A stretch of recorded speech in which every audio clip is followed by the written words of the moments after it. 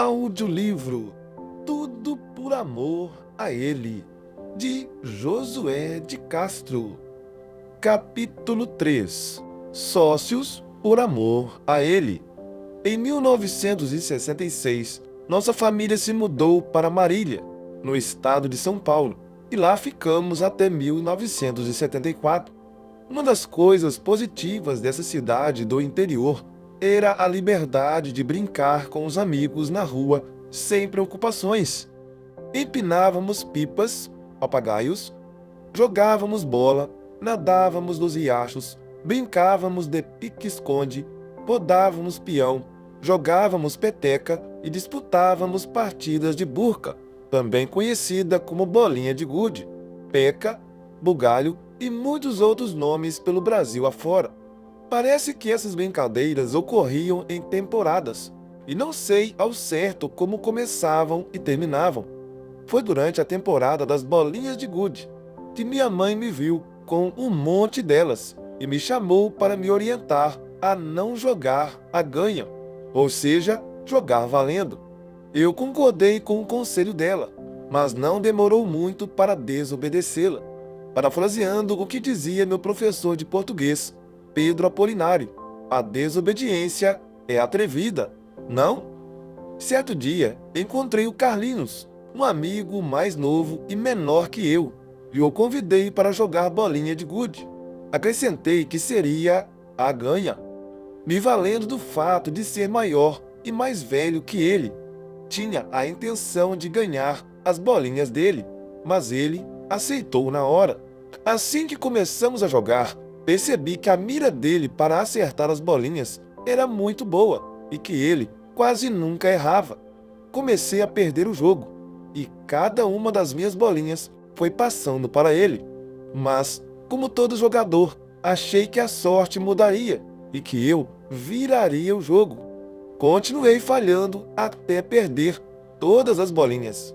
Então, tive uma ideia que, confesso, não foi honesta nem justa. Propus uma sociedade a ele, com a intenção de juntos ganharmos muitas bolinhas, jogando contra a molecada e, em seguida, dividindo tudo. Como eu havia perdido todas as minhas bolinhas, se nos tornássemos sócios, eu teria metade de todas as bolinhas que ele tinha. E, incrivelmente, ele aceitou minha proposta e nos tornamos sócios. O resultado foi que nos tornamos mais amigos, mais próximos e passamos mais tempo juntos, unindo nossos interesses. Embora nossa amizade tenha melhorado como resultado da sociedade, sei que o que fiz não foi certo. Fui oportunista e egoísta, usando motivos errados para aquela parceria. Já pedi perdão a Deus e agora preciso me encontrar com o Carlinhos e me desculpar com ele também. Qual é sua opinião sobre a sociedade? É uma coisa boa ou ruim? Meu pai costumava dizer que meia só é boa no pé e ainda rasga, querendo dizer que ser sócio não é uma boa ideia. Apesar das dificuldades que uma sociedade possa ter, ela ainda pode ser boa, dependendo da pessoa com quem você se associa, do propósito do sócio, regras e acordos. Criados como sócios. Você sabia que, no planejamento da criação do homem, Deus estabeleceu que um dos propósitos da existência do ser humano seria se tornar sócio dele? Em Gênesis 1, versículo 26, Deus diz: façamos o ser humano, a nossa imagem, conforme a nossa semelhança. Tenha ele domínio sobre os peixes do mar, sobre as aves dos céus, sobre os animais domésticos, sobre toda a terra e sobre todos os animais que rastejam pela terra. Gostaria de chamar sua atenção para a palavra domínio nesse texto. No original hebraico é hadar, que significa governar, administrar, gerenciar. Então, quando Deus cria o homem, ele faz do ser humano seu sócio, gerente, administrador e mordomo. O ser humano deveria ter uma função aqui no planeta Terra: cuidar de todas as coisas no mundo e gerenciá-las. Deveria tomar conta de todos os animais, fossem do mar, da terra ou do ar. cuidar de tudo e de todos como um agente de Deus na terra. O domínio que o ser humano exerceria, a mordomia que ele desempenharia, deveria também ser a semelhança do domínio e governo de Deus, com base no amor, na misericórdia e na justiça. Ao governar o mundo, o homem e a mulher tinham que seguir as regras de Deus e prestar contas de sua gestão ao Senhor. Eles não poderiam fazer o que bem entendessem, mas deveriam agir de acordo com as orientações do dono, o Criador do mundo. Veja o que a Bíblia fala sobre isso. Deste-lhe domínio sobre as obras da tua mão, e sob seus pés tudo lhe puseste.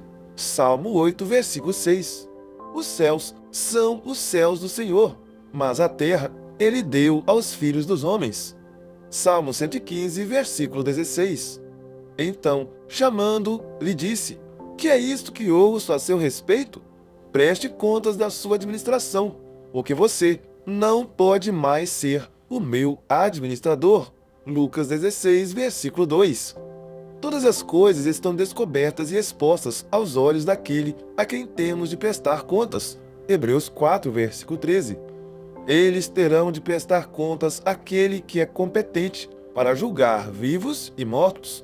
1 Pedro 4, versículo 5. É claro que era uma sociedade entre desiguais. Deus é Senhor e o ser humano é seu administrador sobre toda a terra. O contrato. O contrato social de uma sociedade é responsável por regular as obrigações e os direitos de seus membros. No caso da relação entre Deus e seus seguidores, há um compromisso mútuo que envolve diversas promessas. Deus, que é o proprietário e sócio majoritário, se compromete a fazer as seguintes coisas: nunca nos deixar sozinhos.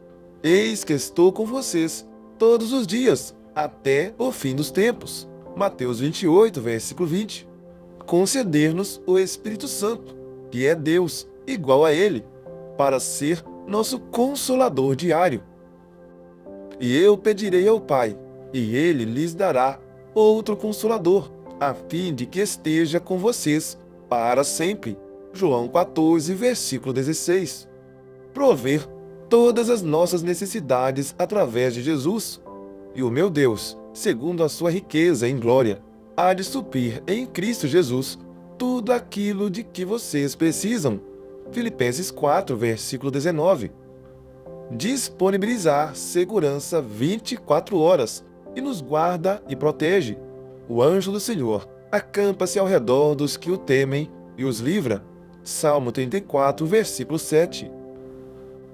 Cuidar de nós. Lancem sobre ele todas as suas ansiedades, porque ele cuida de vocês. 1 Pedro 5, versículo 7. Trabalhar em todas as coisas, inclusive as que são ruins, para que se transformem em bênção. Sabemos que todas as coisas cooperam para o bem daqueles que amam a Deus, daqueles que são chamados segundo o seu propósito. Romanos 8, versículo 28. Sustentar-nos com sua poderosa mão, quando estivermos em dificuldades, problemas, lutas e aflições. Porque eu, o Senhor seu Deus, o tomo pela mão direita e lhe digo: não tenha medo, pois eu o ajudarei. Isaías 41, versículo 13. Guiar-nos e nos ensinar. Assim diz o Senhor, o seu Redentor, o Santo de Israel: eu sou o Senhor, o seu Deus, e lhe ensina o que é útil e o guia pelo caminho em que você deve andar. Isaías 48, versículo 17. Isaías 48, versículo 17. Fortalecer-nos e ajudar-nos. Não tema, porque eu estou com você. Não fique com medo, porque eu sou o seu Deus, e eu lhe dou forças. Sim, eu o ajudo. Sim, eu o sustento com a mão direita da minha justiça. Isaías 41, 10. Sarar a alma aflita. Ele sara os que têm o coração quebrantado e trata das feridas deles. Salmo 147, versículo 3. Erguer os vacilantes. O Senhor sustém todos os que vacilam e levanta todos os que estão prostrados. Salmo 145, versículo 14. Dar-nos sabedoria.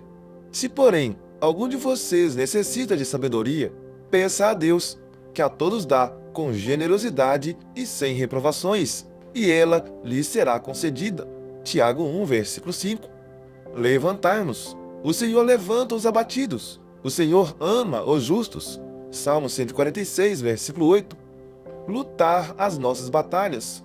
Não tenham medo, nem se assustem, por causa desta grande multidão, pois esta batalha não é de vocês, mas de Deus. Segundo Crônicas 20, versículo 15. Acudir-nos na doença. O Senhor o assiste no leito da enfermidade. Quando doente, tu lhe restauras a saúde. Salmo 41, versículo 3. Ressuscitar-nos depois que morrermos. De fato, a vontade de meu Pai é que todo aquele que vir o Filho e nele crer tenha a vida eterna, e eu o ressuscitarei no último dia. João 6, versículo 40. Deus confirma esse contrato com o sangue de seu próprio Filho.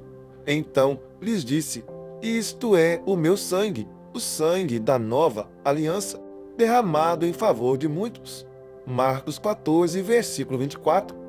Não é maravilhoso o que Deus nos promete nesse contrato de sociedade com Ele? Aí vem a pergunta: Ele cumpre o que prometeu? Quem sabe Josué, sucessor de Moisés, nos ajude com essa resposta quando diz: nenhuma promessa falhou de todas as boas palavras que o Senhor havia falado à casa de Israel.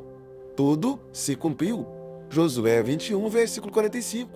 Deus é completamente fiel e cumpre cada uma das suas promessas.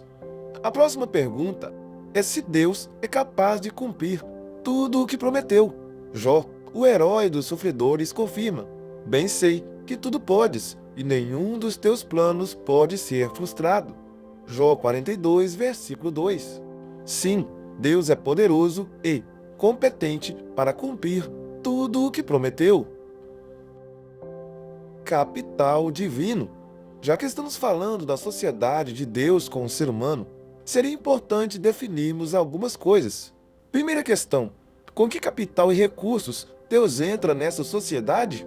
O Salmo 24, versículo 1, responde: ao Senhor pertence a terra e a sua plenitude, o mundo e os que nele habitam. O Salmo 50, versículos 10 e 11, acrescenta: pois são meus todos os animais do bosque, e o gado aos milhares sobre as montanhas. Conheço todas as aves dos montes, e são meus todos os animais que vivem no campo. Ageu afirma: minha é a prata, meu é o ouro, diz o Senhor dos Exércitos. Ageu 2, versículo 8. O profeta Isaías amplia a ideia: quem mediu a água do mar com as conchas das mãos, ou mediu o céu com os dedos? Quem, usando uma vasilha, calculou quanta terra existe no mundo inteiro, ou pesou as montanhas e os morros numa balança?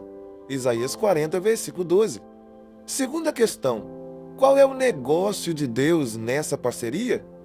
Depois da entrada do pecado e do descaminho do ser humano, o evangelista Lucas anuncia: porque o Filho do Homem veio buscar e salvar o perdido. Lucas 19, versículo 10. Essa é a atividade em que Deus se ocupa, na qual ele tem um supremo interesse: salvar o perdido. Gostaria de acrescentar a esse propósito divino de salvar uma ideia apresentada no Gênesis: cuidar da terra, das pessoas, dos animais, do meio ambiente. Ver Gênesis 1, versículo 28. Poderíamos resumir, então, que o negócio de Deus é cuidar e salvar. Cuidar do planeta com tudo o que ele tem e, principalmente, salvar as pessoas. Se somos sócios de Deus, o nosso negócio de vida deveria ser o mesmo que o dele: cuidar e salvar. No entanto, querem nos fazer crer que o objetivo de nossa vida é ter, possuir. Ter dinheiro, casas, carros, poder, viagens, conforto, luxo. Assim, o objetivo de cuidar e salvar desaparece de nossos propósitos. Não ouvimos os pais dizendo aos filhos: queridos, vocês devem estudar, tirar boas notas, obter conhecimento para fazer uma boa faculdade e se qualificarem para cuidar e salvar. O que comumente ouvimos é que eles devem fazer tudo isso para ter uma boa casa, um bom carro, um bom plano de saúde, poder viajar e comer bem. ter uma vida confortável, uma boa reserva para as emergências e um bom plano de aposentadoria. Não é para menos que a missão de cuidar e salvar desapareceu de nossas prioridades, do nosso radar de propósitos e de nossa noção de felicidade. Capital humano. Como sócio de Deus, qual é a contribuição do ser humano? Quais os meios e recursos que o homem pode oferecer para esse negócio de cuidar e salvar? Na verdade, tudo o que temos vem do Senhor, porque tudo vem de ti, e nós só damos o que vem das tuas mãos. 1 Crônicas 29, versículo 14. Devemos a Deus nossa existência, nossa vida, o Deus que fez o mundo e tudo o que nele existe, sendo Ele Senhor do céu e da terra, pois Ele mesmo é quem a todos dá vida, respiração e tudo mais, pois nele vivemos e nos movemos e existimos. Atos 17, versículos 24, 25 e 28. Nosso capital é fornecido pelo nosso sócio majoritário. Ele provê todos os recursos para usarmos nessa sociedade. Saibam que o Senhor é Deus, foi Ele quem nos fez, e dele somos. Somos o seu povo e rebanho do seu pastoreio. Salmos 100, versículo 3. É uma sociedade entre desiguais. Vamos analisar a seguir alguns desses recursos com os quais Deus nos equipa. O corpo e as energias. O corpo humano é uma das coisas mais maravilhosas e complexas da criação de Deus. Vejamos alguns dados só para termos uma leve noção do que é o nosso corpo e sua composição. Cerca de 30 trilhões de células, cerca de 96 mil quilômetros de vasos sanguíneos pelo corpo, mais de 650 músculos esqueléticos, 3 bilhões de fibras nervosas, 30 trilhões de células vermelhas, 100 bilhões de neurônios. Esses bilhões de neurônios enviam e recebem mais sinais do que todos os celulares do mundo. 1 milhão a 1,2 milhão de fibras nervosas em cada nervo óptico, 6 a 7 milhões de neurônios olfativos, 30 mil fibras nervosas que formam o nervo auditivo, 400 a 700 milhões de alvéolos pulmonares, 20 bilhões de células produtoras de leite em cada mama. Toda essa obra-prima, que é o nosso corpo, tem uma finalidade maior, segundo o apóstolo Paulo, porque vocês foram comprados por preço. Agora, pois, glorifiquem a Deus no corpo de vocês. 1 Coríntios 6, versículo 20. Glorificamos a Deus quando usamos nosso corpo e nossas energias para cuidar e salvar.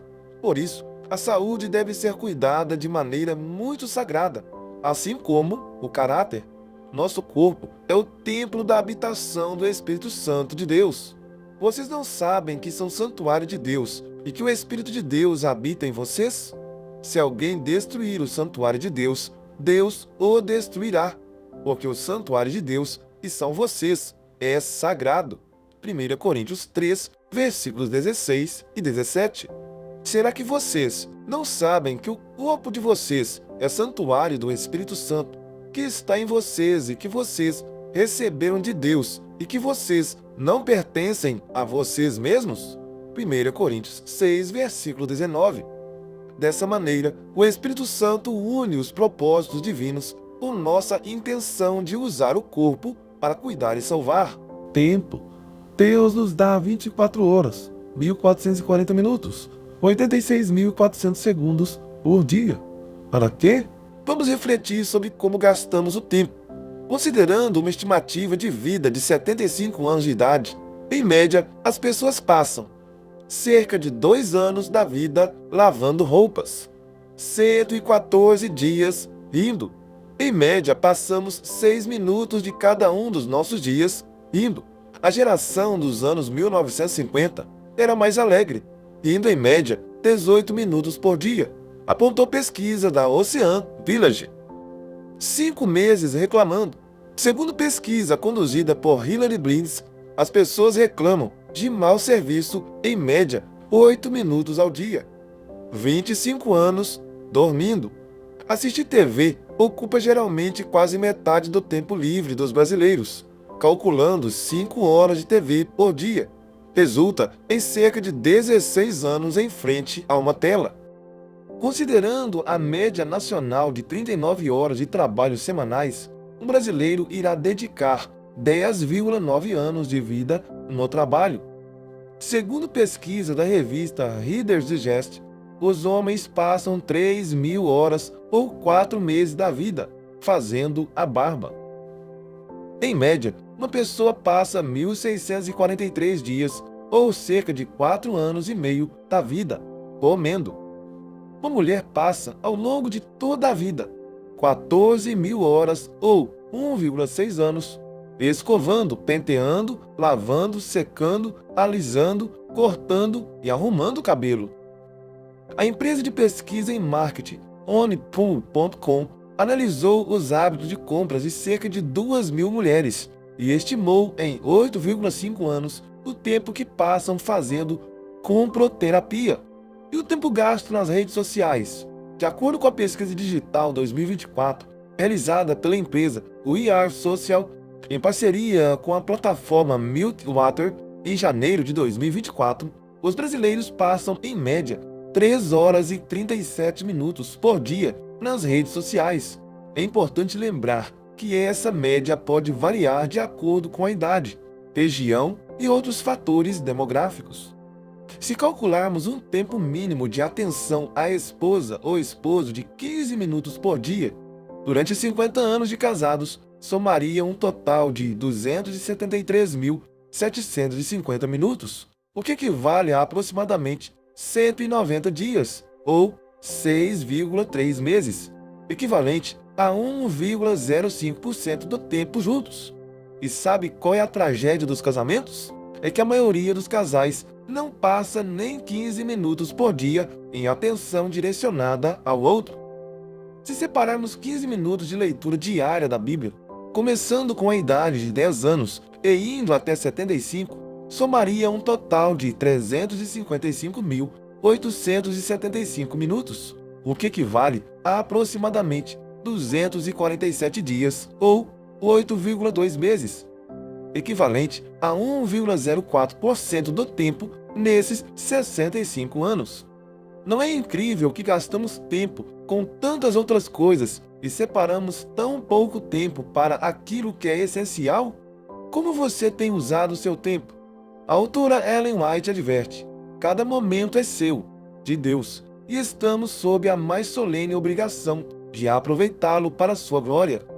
De nenhum talento que nos concedeu requererá ele mais estrita conta do que de nosso tempo. Ela continua: o valor do tempo supera qualquer estimativa. Cristo considerava precioso todo momento, e assim devemos considerá-lo. A vida é muito curta para ser desperdiçada.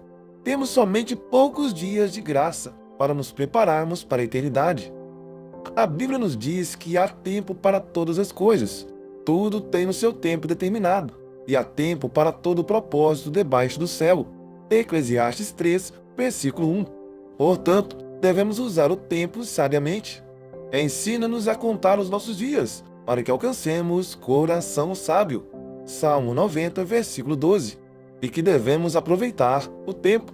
Portanto, tenham cuidado com a maneira como vocês vivem, e vivam não como tolos, mas como sábios, aproveitando bem o tempo, porque os dias são maus.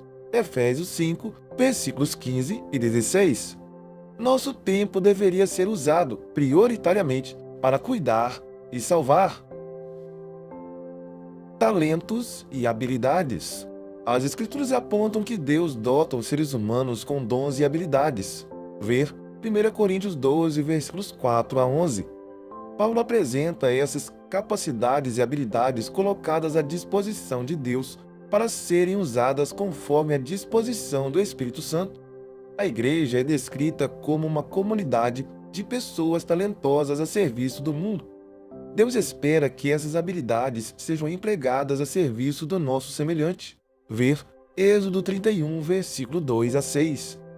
Nossa responsabilidade na sociedade com Deus envolve um ministério e uma missão que ajudem a atender às necessidades humanas em nome de Cristo. mediante o exercício dos dons. 1 Pedro 4, versículos 10 e 11, Romanos 12, versículos 6 a 8. Podemos classificar os talentos em 3 categorias. Talentos naturais, habilidades com as quais nascemos, como a inteligência, a criatividade e a capacidade de comunicação. 2. Talentos sobrenaturais ou dons, habilidades espirituais concedidas pelo Espírito Santo, como o dom da sabedoria, do ensino, da cura e o dom de línguas. Talentos adquiridos, habilidades que aprendemos ao longo da vida por meio do exercício e da prática, como habilidades técnicas, sociais e emocionais. Algumas das aptidões que podemos listar incluem habilidades artísticas, tocar um instrumento musical, cantar, pintar, desenhar, esculpir, etc. Habilidades manuais, costurar, tricotar, fazer crochê, artesanato em geral, trabalhar com marcenaria, cerâmica, consertar coisas, etc. Habilidades mecânicas, saber como máquinas e aparelhos funcionam e lidar com eles. Habilidades intelectuais, estudar, ler, escrever, ensinar, comunicar de forma eficaz, etc. Habilidades interpessoais, desenvolver vínculos saudáveis, agir com empatia, ter escuta ativa, trabalhar de forma colaborativa, etc. Habilidades inventivas, criar coisas novas, ter ideias criativas e inovadoras. Habilidades administrativas, gerenciar pessoas, projetos, empresas e organizações. Habilidades físicas, ser forte, ter resistência, flexibilidade, velocidade, equilíbrio, coordenação motora, agilidade e etc. O objetivo principal de nossos dons e talentos é glorificar a Deus, suprir as necessidades da família e servir ao próximo. Infelizmente, muitos indivíduos utilizam seus dons de forma equivocada, visando apenas obter fama, enriquecer e alimentar o ego, esquecendo-se de que receberam os dons para doar e abençoar a vida de outras pessoas. Nossos dons e talentos deveriam ser usados, prioritariamente, para cuidar e salvar. Dinheiro ou recursos financeiros. De acordo com a assessoria de imprensa da Universidade Federal de Campina Grande, a distribuição de renda pessoal é tão desigual no mundo que os 2% mais ricos da população adulta detêm mais de 50% dos ativos mundiais, enquanto os 50% mais pobres possuem apenas 1% da riqueza do planeta. Mahatma Gandhi afirmou que há o suficiente no mundo para todas as necessidades humanas, mas não há o suficiente para a cobiça humana. Certamente, Deus dotou nosso planeta de muitas riquezas para atender às necessidades de todos os seus filhos. No entanto, a cobiça, a ganância e o egoísmo têm afastado o homem dos propósitos de Deus, de cuidar do próximo e salvá-lo. O ser humano está concentrado em cuidar apenas de si mesmo, sem levar em conta que Deus nos concede recursos em excesso para compartilhar as bênçãos que recebemos com os outros. Os recursos financeiros desempenham um papel importante de nos ajudar a perceber o quanto estamos envolvidos na missão de cuidar e salvar, ou não. Podemos incluir nestas considerações o dízimo, que corresponde à 10ª parte de nossas rendas, que foi estabelecido por Deus como uma forma de reconhecimento de sua criação e manutenção, bem como para financiar a propagação do Evangelho. Ver Lucas 27, versículo 30 a 32, Números 18, versículo 21, 1 Coríntios 9, versículos 13 e 14. Esse mandamento foi obedecido por Abraão e Jacó. Ver Gênesis 14, versículo 20, 28, versículos 20 e 22. Confirmado por Jesus. Ver Mateus 23, versículo 23, Lucas 11, versículo 42. E por Paulo. Ver 1 Coríntios 9, versículos 13 e 14. Além disso, Deus instituiu as ofertas como uma forma de cuidar das pessoas e salvá-las. As ofertas são diferentes do dízimo em seu uso e simbolismo, pois enquanto o dízimo lembra Deus como Criador, a oferta nos remete a Jesus como Redentor. Cada vez que ofertamos, estamos imitando a Deus e deu Jesus como presente para nós, pecadores. Ver Efésios 5, versículos 1 e 2. Dessa forma, Deus utiliza nossos recursos financeiros para salvar as pessoas através da igreja e para cuidar dos pobres e necessitados. Cuidar de quem e salvar quem? Como sócios de Deus, Ele espera e é nossa responsabilidade cuidar de nós e de nossa família e salvar-nos em primeiro lugar. Você e sua família estão no topo da lista de quem Deus deseja cuidar e salvar. Isso não é maravilhoso? Eu e minha família. Portanto, devemos utilizar nossos recursos físicos e energias para atender às necessidades de nossa família, aproveitando o tempo para desfrutar de momentos juntos, compartilhando alegria, comunhão e crescimento mútuo. Além disso, nossos dons e talentos devem ser usados para promover nosso próprio desenvolvimento e bem-estar, bem como o de nossa família. Nossos recursos financeiros devem atender às nossas necessidades e das pessoas a quem amamos. Não há nada de errado em termos conforto e vivermos bem, pois Deus nos dá a capacidade de gerar riqueza, a fim de atender às nossas necessidades e de nossa família. No entanto, existem outros dois grupos de pessoas que Deus também deseja cuidar e salvar: os pobres e os necessitados. Os recursos do tempo, das energias, da força, das habilidades e do dinheiro têm o propósito de atender também aos desfavorecidos deste mundo, que vivem à margem da dignidade humana, necessitando de ajuda para comer, se vestir, estudar e para suprir outras necessidades básicas. Recordo-me de um momento em que trabalhava na Associação Paulista Central, em Campinas, São Paulo, em que todos os servidores do escritório foram desafiados a usar seus talentos para fazer a diferença na vida de alguém. A equipe da engenharia encontrou uma casa praticamente em ruínas, em um bairro perto da associação. Eles buscaram o dono da casa, o senhor Aurelino, que morava com 4 netos, para apresentarem um plano de reforma da casa. Sua pronta resposta foi que ele não tinha dinheiro para nenhuma reforma. A equipe explicou que aquele era um projeto pessoal deles e da igreja, e que ele não gastaria nada com a reforma. Surpreso, ele aceitou e eles começaram o trabalho. É interessante que os vizinhos, ao verem aquele gesto tão lindo da equipe, também se dispuseram a ajudar na reforma. Tiveram que derrubar paredes, restaurar portas e janelas, comprar uma pia nova para a cozinha. Enfim, após uns 3 meses de trabalho, entregaram a casa bonitinha, pintada e arrumada para o senhor Aurelino. Ele ficou tão impactado com o que aconteceu em sua casinha que quis saber mais sobre esse Deus e motivava as pessoas a usarem suas habilidades, tempo e recursos próprios para ajudar os pobres. Como resultado, algum tempo depois, Aurelino foi batizado e passou a fazer parte dos que vivem para cuidar e salvar. Os perdidos. Perdido é aquele que está indo em direção à morte, achando que está caminhando em direção à vida. A maioria deles nem sabe que sem Jesus não há vida verdadeira. Cristo disse: "Eu sou o caminho, a verdade e a vida." João 14, versículo 6. Nossa missão é anunciar Jesus. Somos chamados para continuar o ministério de Jesus e buscar o perdido. Nossa missão é apresentar Jesus, que é luz, pão e direção. Recebemos recursos para serem usados em prol dos perdidos.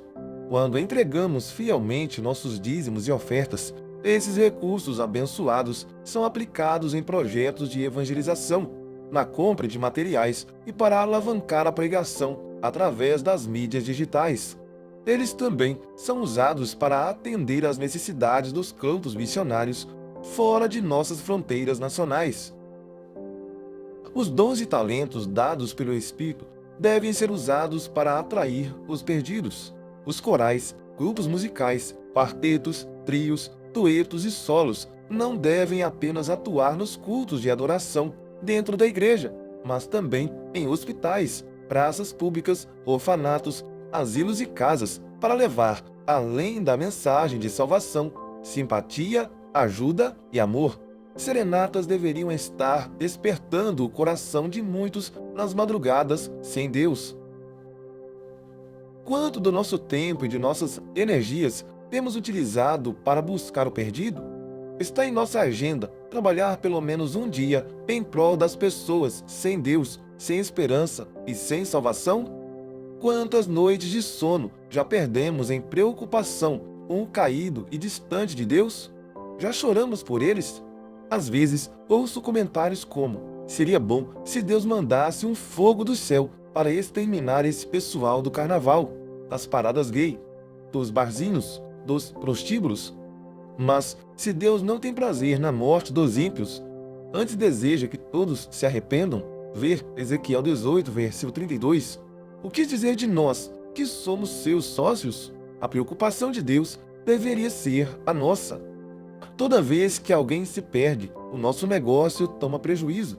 Diante do carnaval, da parada gay, dos barzinhos, nossa reação não deveria ser de crítica, mas de coração apertado e choro pelos que estão indo no caminho da perdição. Cada pessoa que é batizada representa lucro no negócio de Deus, que é cuidar e salvar. Isso deveria nos encher de alegria. É como se fosse o nosso gol.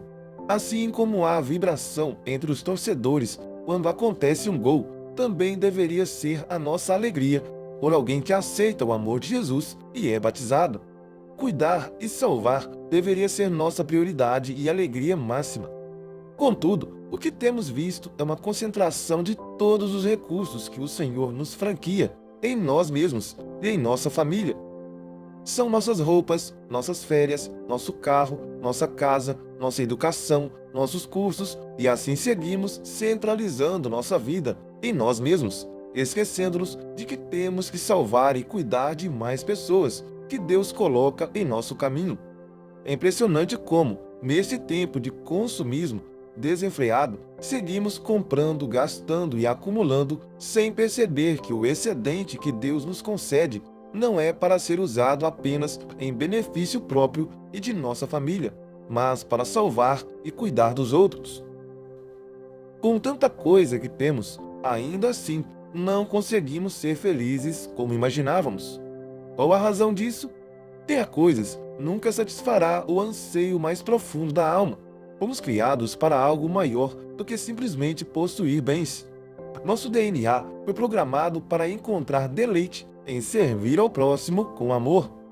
Não se deixe iludir com essas promessas vazias de felicidade, baseadas no materialismo, que promete muito, mas não entregam o que anunciam.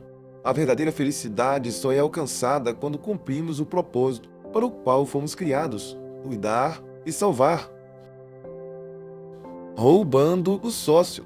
Quando maltratamos alguém, seja a esposa, o marido, o filho, o pai, o vizinho, o colega de trabalho, o animalzinho ou quem for, estamos fazendo o contrário da proposta de nosso negócio com Deus, que é cuidar e preservar os outros. Certo dia, estávamos indo de carro da Vila Matilde para o centro de São Paulo, na Avenida Radial Leste, onde as faixas de tráfego são bem estreitas, e alguém quase bateu em nosso carro. Minha reação imediata foi esbravejar. Com os vidros fechados, eu disse, sem que a pessoa escutasse: "Mas é uma anta!" Passados alguns segundos, minha esposa olhou para mim calmamente e disse: "Acho que Deus, que é o pai dessa pessoa, não ficou feliz de você chamá-la de anta." Entendi a lição. Cada pessoa faz parte do nosso negócio de cuidar e salvar. Não posso jogar pedra em meu próprio patrimônio. Todo filho de Deus deve ser tratado com respeito e amor, independentemente de suas ações. Quando deixo de cuidar do meu corpo, a fim de que eu tenha as melhores energias para poder cuidar e salvar, estou lesando meu sócio. Quando desperdiço meu tempo com bobagens e inutilidades, estou indo na contramão do propósito de Deus de usar o tempo para cuidar e salvar. Quando deixo de devolver o dízimo do Senhor, ou sou mesquinho nas ofertas, estou afetando a causa para a qual fui chamado a patrocinar. Não estou participando da expansão do reino de Deus. Quando fecho meus olhos e não abro a mão para atender aos necessitados ao meu redor, estou bloqueando o canal de bênção que o Senhor quer deixar aberto. Sócio e empregado. Imagine que a igreja seja o escritório do nosso negócio de cuidar e salvar. Nesse cenário, você se vê como sócio ou como empregado. Às vezes, agimos como empregados e não como sócios do negócio. Quando o expediente acaba, o empregado simplesmente pega suas coisas e vai embora. Cumpre sua parte, nada além disso. O sócio, por outro lado, tem outra postura. Ele se envolve, costuma sair depois do horário de expediente, verifica se as luzes estão apagadas, se o ar-condicionado está desligado e se tudo está em ordem. Quando o sócio chega à empresa e vê um papel no chão, ele mesmo pega ou chama alguém limpar imediatamente. Afinal, ele se importa com o ambiente, com a imagem do negócio. Não quer que ninguém chegue depois dele e encontre o ambiente sujo. O empregado, por sua vez, pode até reparar na sujeira, mas em vez de agir, reclama do descuido, mas não se responsabiliza. Como agimos em relação à igreja? Temos a mente de sócios ou de empregados? Quando vamos ao banheiro da igreja e existe papel espalhado, o chão está molhado, você faz o quê? Dá um jeito de limpar para resolver aquilo ou sai falando que o povo é desleixado? Você se importa? Quando uma parede da igreja está suja ou com mofo, você procura meios para resolver esse problema ou acha que isso não é sua responsabilidade? Você fica preocupado se o caixa da igreja tem recurso suficiente para o evangelismo, para atender os departamentos da igreja, ou isso não é sua preocupação, pois não é de sua alçada? Normalmente, quando as coisas não vão bem financeiramente na empresa, o sócio perde noites de sono procurando soluções e até vende carro, casa ou outros bens para salvar o negócio. Isso normalmente não ocorre com quem é empregado. Se sua igreja tem batizado poucas pessoas ou nenhuma, você se interessa ou acha que isso é responsabilidade do pastor, do líder missionário ou dos anciãos? Em nosso empreendimento de cuidar e salvar, cada pessoa conta. Aquele que se converte e é batizado é uma vitória, e cada pessoa que se envolve com drogas, prostituição, vícios, cada pessoa que se perde é um grande prejuízo para o reino de Deus, para a causa da qual somos sócios. Não podemos ver o negócio do concorrente crescer e ficarmos passivos. As fileiras do mal estão crescendo dia a dia, e parece que isso não nos afeta. No entanto, o assunto financeiro de nossa igreja deveria sim ser de nossa conta. O movimento missionário deveria sim ser de nosso interesse. O atendimento às pessoas carentes de pão e de salvação deveria sim ser nosso foco de atuação. É minha, é sua, é nossa responsabilidade cuidar dos negócios do Pai. O sócio pensa no seu negócio o tempo todo. Tem o coração, o bolso e a alma no negócio. Se quisermos cumprir nossa responsabilidade para com Deus, temos que mudar nossa mente, nossa postura e nossa atitude diante das coisas e das pessoas. Deus e sua causa têm que ocupar o centro de nossa vida. É hora de nos levantarmos e assumirmos de fato a nossa atribuição de cuidar e salvar. A grande questão é: você se vê e se comporta na igreja como sócio ou como empregado? Sociedade compartilhada. Deus e você. As responsabilidades, tarefas e recursos são compartilhados entre você e Deus. Os problemas, as lágrimas e aflições da sua vida são divididos entre Deus e você. Seu desemprego, o problema com seu filho, sua luta contra a doença, contra o pecado, também são o maior interesse de Deus. Você não está só. Seus sonhos e alegrias também são dele. A vida eterna já é sua, porque quem tem um filho, o herdeiro, tem a vida. Resultados na experiência pessoal. Lembro-me de ter assistido a uma reportagem especial de Natal, em que uma comunidade de bairro estava oferecendo um almoço para as pessoas sem teto. Uma das colaboradoras da cozinha foi entrevistada.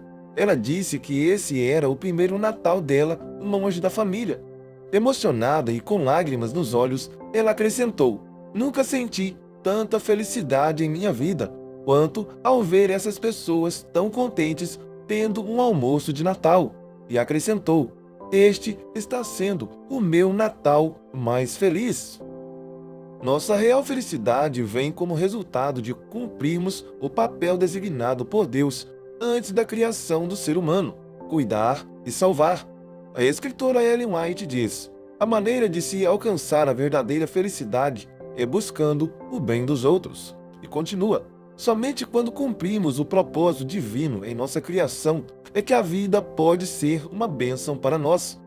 Ele fez dos seres humanos seus administradores, confiando a eles recursos não para que fossem acumulados, mas usados em benefício de outros. Desse modo, as pessoas tornam-se o meio pelo qual Deus distribui suas bênçãos na terra. Abraão foi chamado para ser uma bênção onde quer que estivesse, assim como você e eu. Para ser bênção, primeiro a bênção precisa passar por nós. E quando temos sido abençoados, não é? Essa bênção vem quando entregamos nossa vida para cumprirmos o propósito para o qual fomos criados: cuidar e salvar. Veja este trecho da letra da música Deus Quer, de Jader Santos. Deus não tem mãos senão as nossas. Deus não tem pés que não sejam os nossos.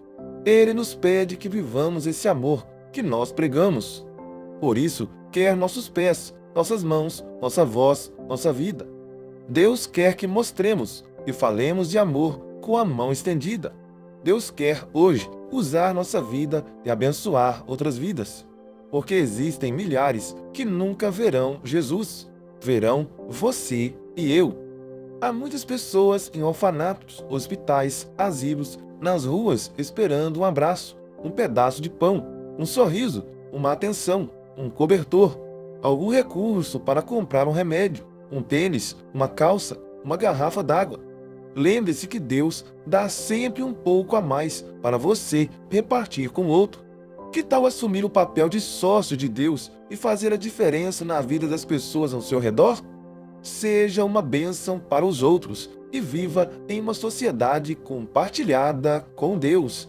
Querido ouvinte, que Deus lhe abençoe. Se inscreva em nosso canal e ative o sininho das notificações. Canal O Bom da Bíblia, compartilhando a palavra de Deus.